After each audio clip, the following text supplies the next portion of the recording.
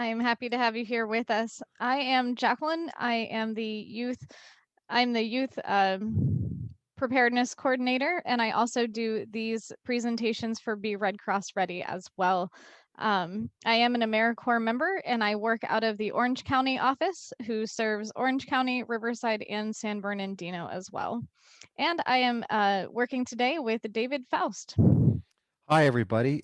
Thank you for your attendance today, and I hope that you'll come away learning some new things and be better prepared for earthquakes. I'm a volunteer with the American Red Cross, and I participate in these preparedness presentations. But I also am a member of the Red Cross's disaster action team, and we respond to home fires every day throughout Southern California to help families that are affected by fires.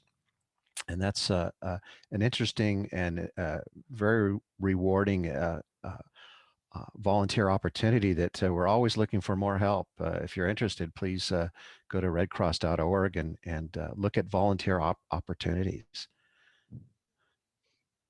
Okay, thank you so much, David.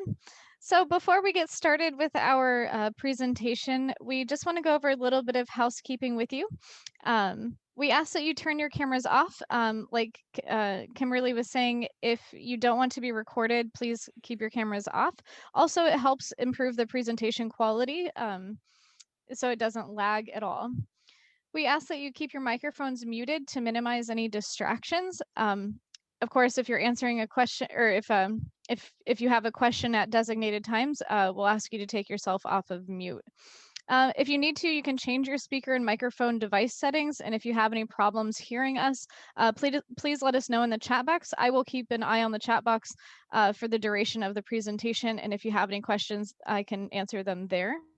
And you can also use the chat box feature to ask other questions as they come up during the presentation. We'll do our best to answer all of your questions. We have some different pauses in the presentation to ask if you have questions, or at the end we can stick around and ask questions or answer questions there as well. So let's go ahead and get started with the presentation. Okay. Well, let's begin by asking a question to check your knowledge.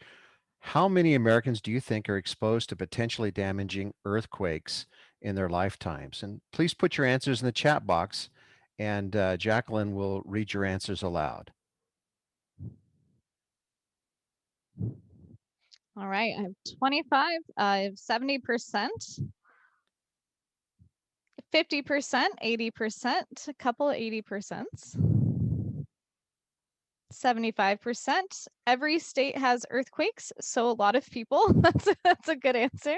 Yes. 60%, 90%. Good. Some Thank you all for participating. Yeah, great answers. In fact, uh, whoever said that all continental U.S. states and territories can experience earthquakes to various degrees of magnitude. And certainly we know that even Hawaii also has earthquakes too because of the volcanoes. But the answer is about half of all Americans are exposed to potentially damaging earthquakes. So great answers there. So let's watch this little video that just kind of highlights about earthquake preparedness, and then we're going to talk a little bit more in detail about these specific things that are mentioned in this video. When Oop, let's go start. When the earth shakes, the ground moves, and things start to fall, you'll ask yourself, how prepared or unprepared are you? Have you removed objects from over the bed and over your head? Anchored your possessions securely to the wall. It won't be a pain, and you're not doing it in vain. Are your emergency kits packed? What about your family, your friends? Did they know what to do, how to get in touch, and where to meet? Do you know how to drop, cover, and hold on, covering your head and neck? What if you're outside or in a car?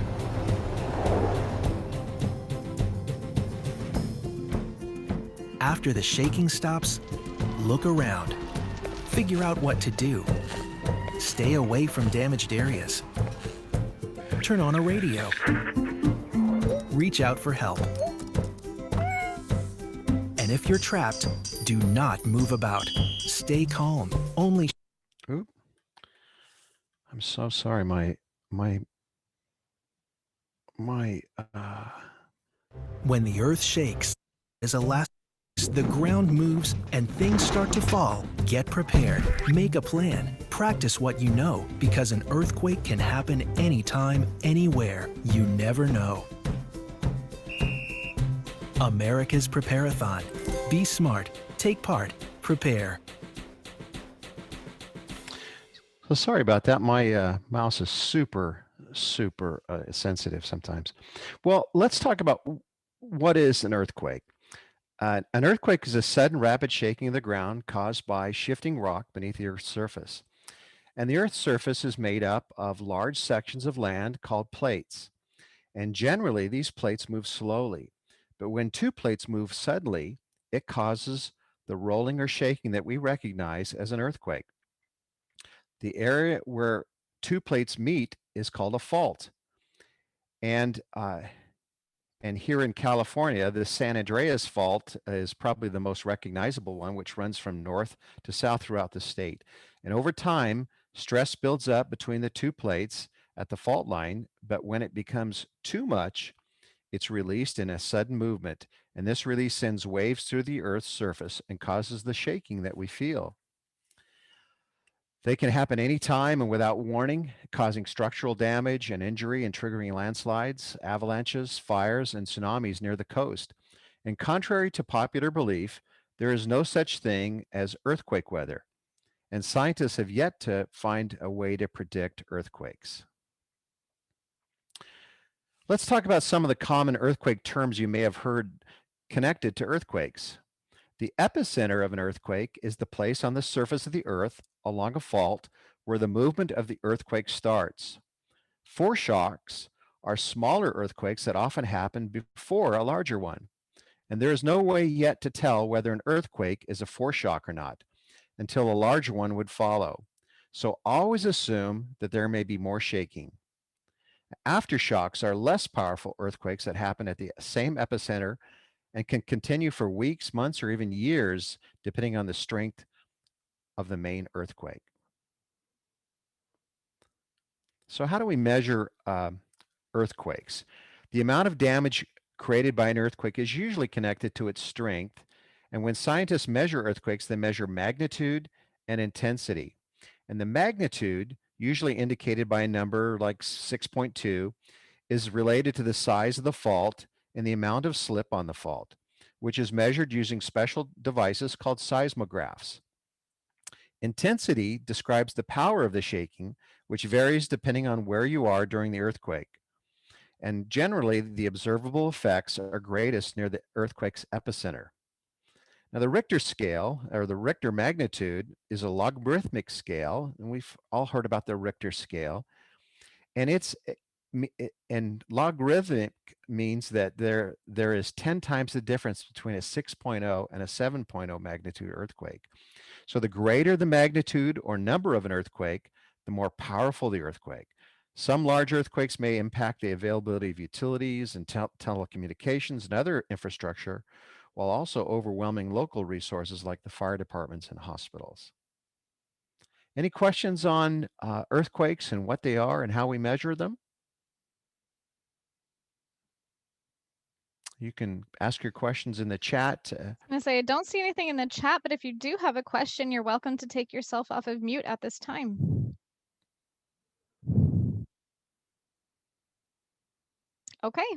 All right, we'll go forward.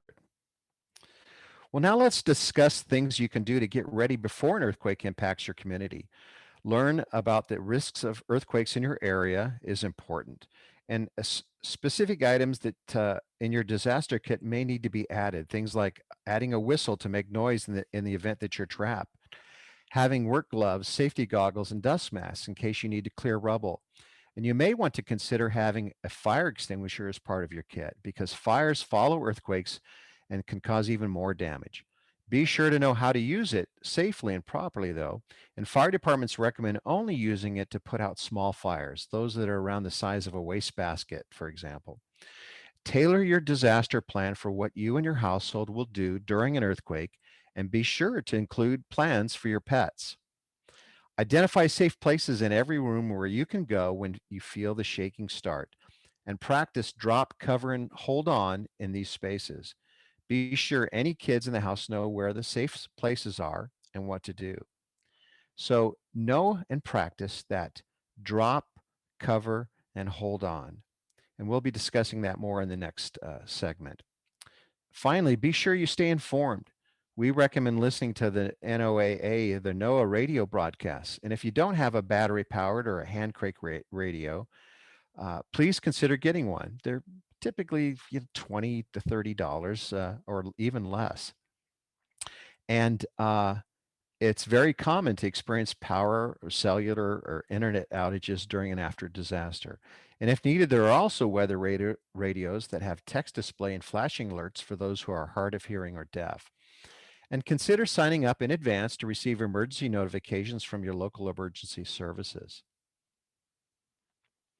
So if you are inside when an earthquake strikes, stay indoors and do the following: drop, cover, and hold on.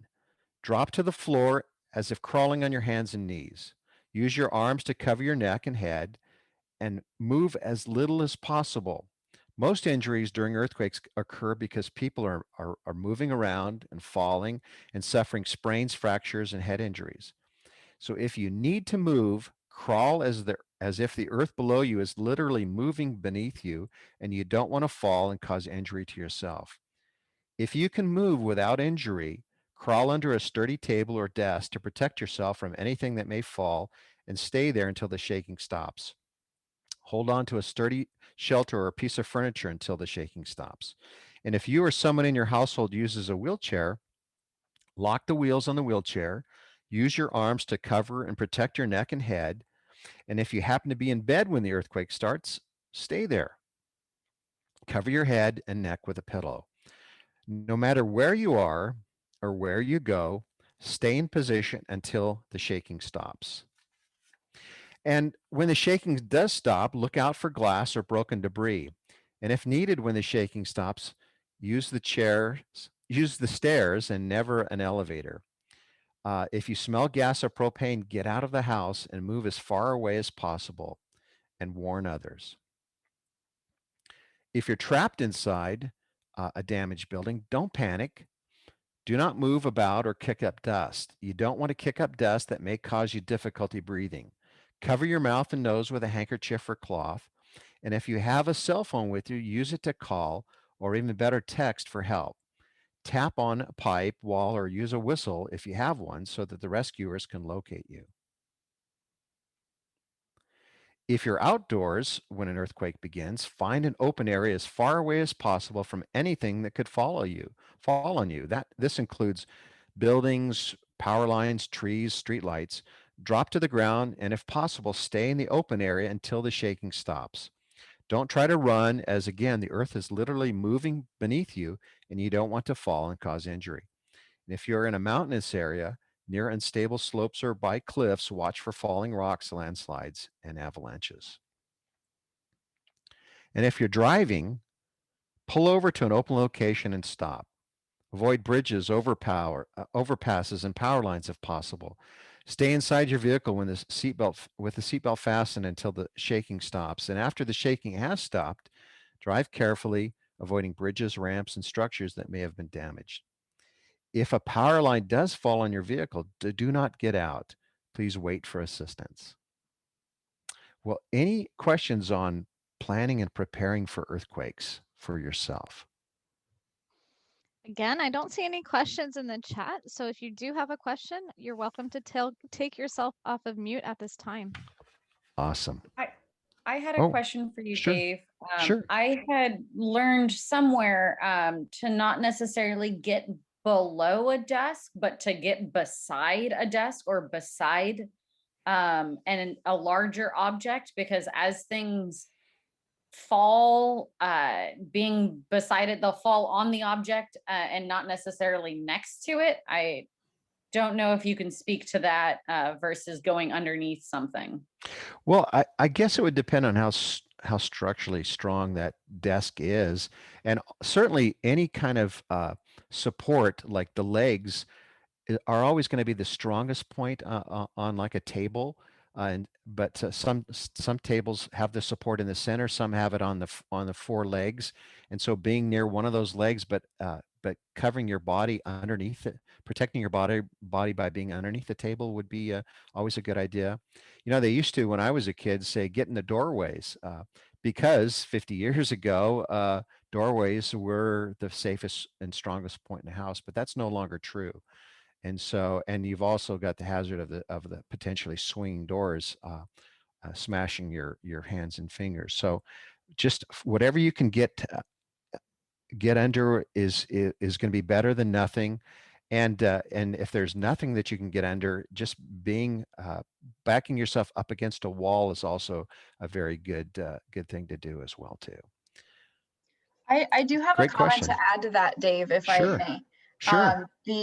I think that what Monica is referring to is often referred to as the triangle of life. Mhm, And that's the idea that if something large were to fall on top of you, that it would hit what's next to you and kind of form a triangle, mhm. um, that you would then be able to sit under and be safe.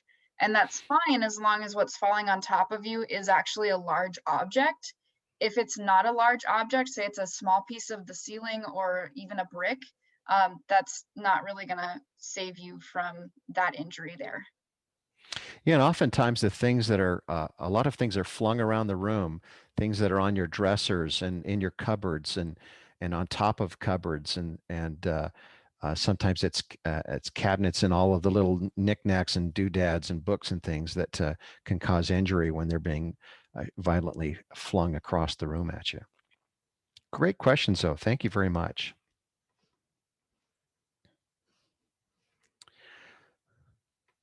So let's talk about after the earthquake. Once the shaking has stopped, check for injuries and let friends and family know that you're safe.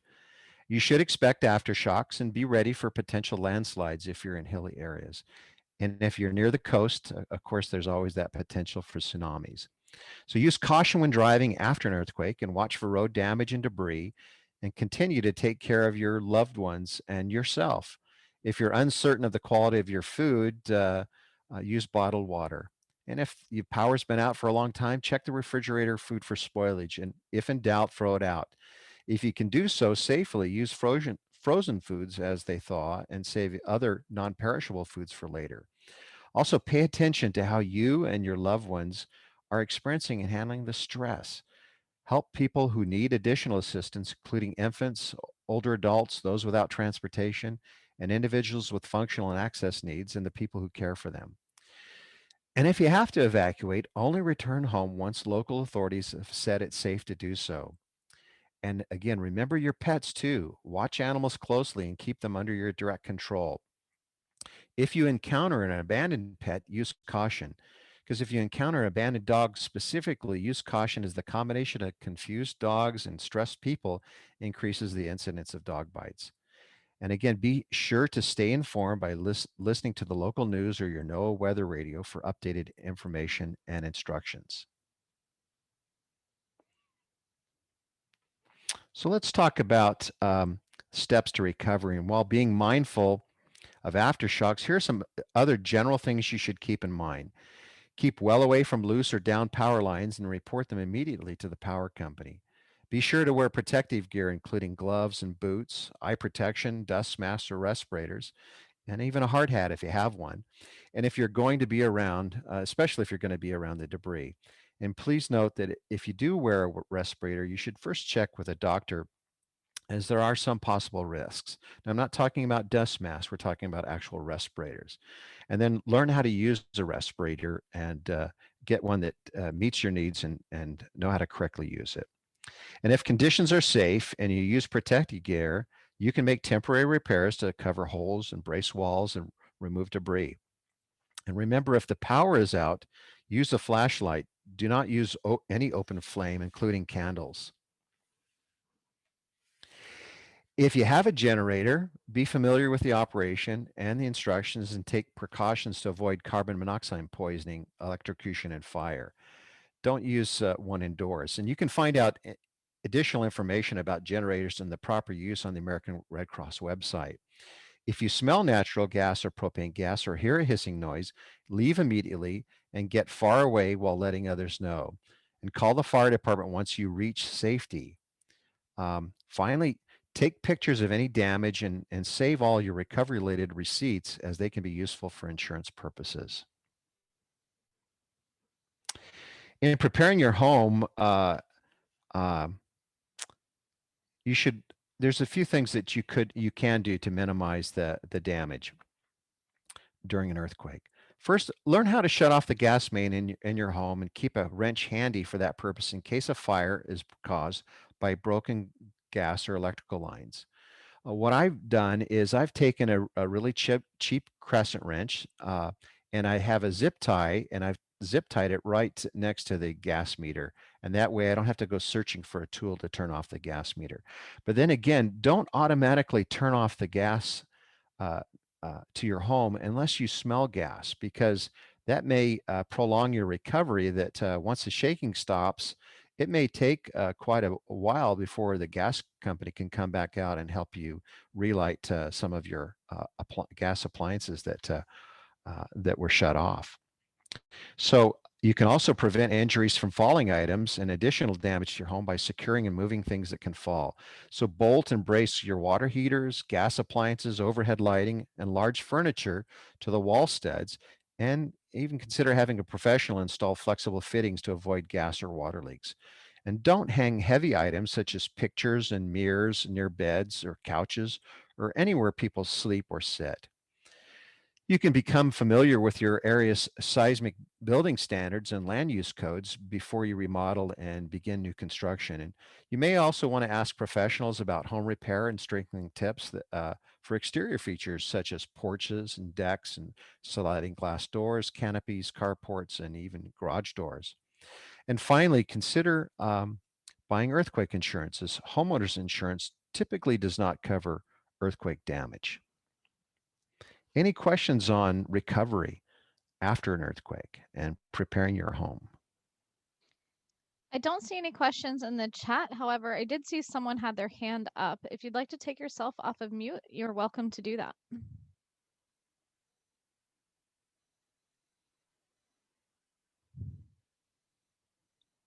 Okay. All right, well, moving forward, recovering from a disaster can be a long process, and you can learn even more about how to clean up up after a disaster, including the supplies you'll need and how to make repairs, by going to the Red Cross Disaster Relief and Recovery Services website. You can also consider downloading the American Red Cross Emergency app. This app gives people instant access to customizable weather alerts, safety tips, and preparedness information for 14 different emergencies, all in one free and easy to use app. I have that app downloaded, and you can actually set it up so that you can get alerts for family members all across the country. And so your family members and friends can help each other stay safe and connected through the app's customizable emergency alerts and the content on what to do before, during, and after disasters, regardless of where you live. And the app also provides expert advice on what to do in case of earthquakes and many other disasters. And you can use the Make a Plan feature that's in the app to create an emergency plan for your own household so that everyone knows what to do and where to go if a disaster strikes.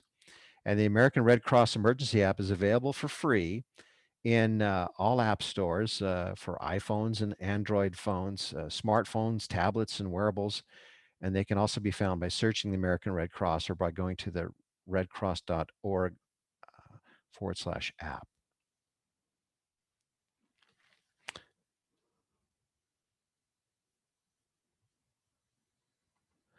So for more information, again, on all the things that we've talked about, go to redcross.org prepare. And Jacqueline, I think you're going to, can you cut and paste the link into the chat box so people can take the survey? Yes, I will do that right now. Thank Okay. you. Well, is there any questions that you might have from any of us here from the Red Cross that we can answer for you on earthquake preparedness?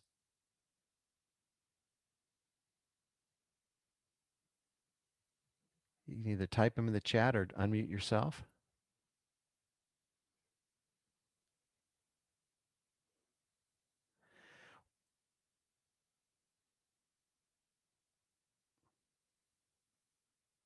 Well, I want to thank you all for joining us today. Oh, I'm Oh, sorry, David. oh, All right, there. we just got one question. Oh, okay, cool. Should you have food, etc., in your car?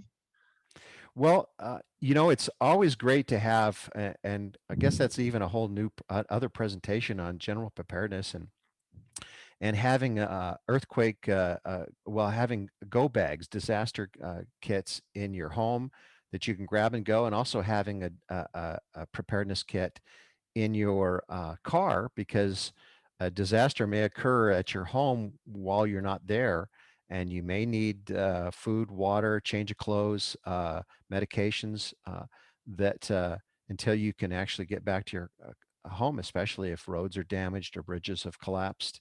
And so having some basic 3-day kit in your car as well as a go bag in your house are all great things to do. And you can learn more about those and how to prepare those at the redcross.org slash prepare website.